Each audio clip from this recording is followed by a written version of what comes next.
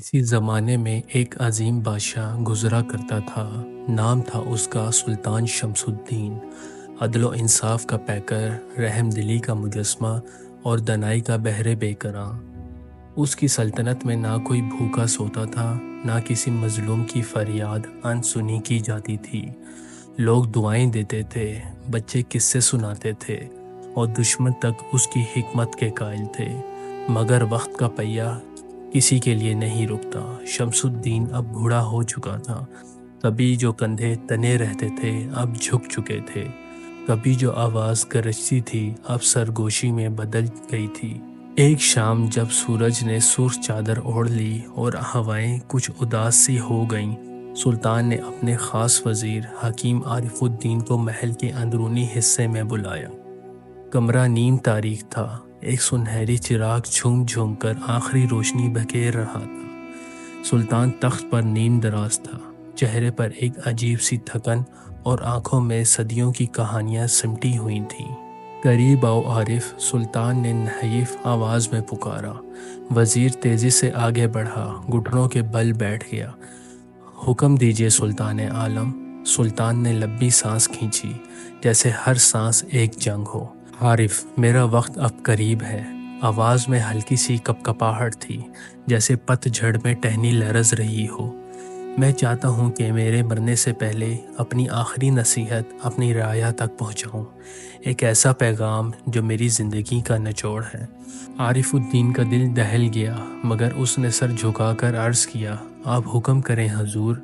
سلطان نے ہاتھ کے اشارے سے کمرے کے پردے ہٹوانے کو کہا۔ باہر 14ویں کا چاند طلوع ہو چکا تھا اور اس کی نرم روشنی کمرے میں ایک نورانی سما بکھیر رہی تھی۔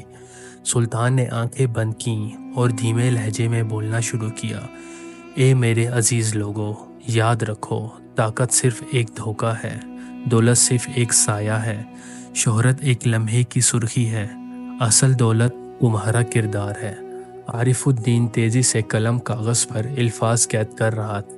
سلطان تھوڑا رکا، پھر بولا، عدل کو اپنا تاج بنا لو، رحم کو اپنی تلوار اور سچائی کو اپنی ڈھال۔ ظلم کے محل ریت کی دیوار کی طرح گرتے تھے اور غرور کا سر انجام ہمیشہ ذلت ہے۔ چراغ کی لو ہلکی ہونے لگی تھی، چاندنی کی روشنی سلطان کے جھریوں بھرے چہرے پر کسی سنہری تاج کی طرح بکھری ہوئی تھی۔ اچانک سلطان نے آنکھیں کھولی اور ایک عجیب سی چمک ان میں بھری۔ جان لو، یہ دنیا ایک سرائے ہے، تم مہمان ہو، مت بھولو کہ خدا ہر عمل کا حساب لے گا۔ خوشیوں میں خدا کو یاد رکھو تاکہ غموں میں وہ تمہیں یاد رکھے، اور کبھی کسی کمزور پر ظلم نہ کرنا، کیونکہ کمزور کی آہ تخت و تاج کو ملیہ میٹ کر سکتی ہے۔ سلطان کی سانسیں تیز ہو گئیں۔ اس نے عارف الدین کا ہاتھ پکڑ کر آخری بار کہا، میری نصیحت ہر جگہ تک پہنچا دو، اسے ہر دل تک پہنچانا۔ اور پھر وہ مسکرایا، ایسی مسکراہٹ جیسے کسی نے زندگی کی سب سے بڑی فتح حاصل کر لی ہو۔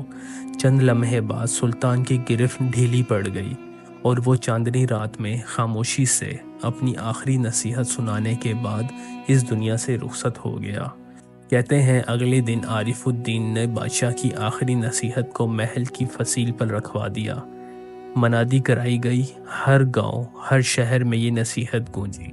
لوگوں کی آنکھوں میں آنسو تھے، دلوں میں عزم تھا۔ کسان سے لے کر سپاہی تک ہر شخص نے عہد کیا کہ وہ سلطان کی آخری نصیحت کو اپنا شعار بنائے گا۔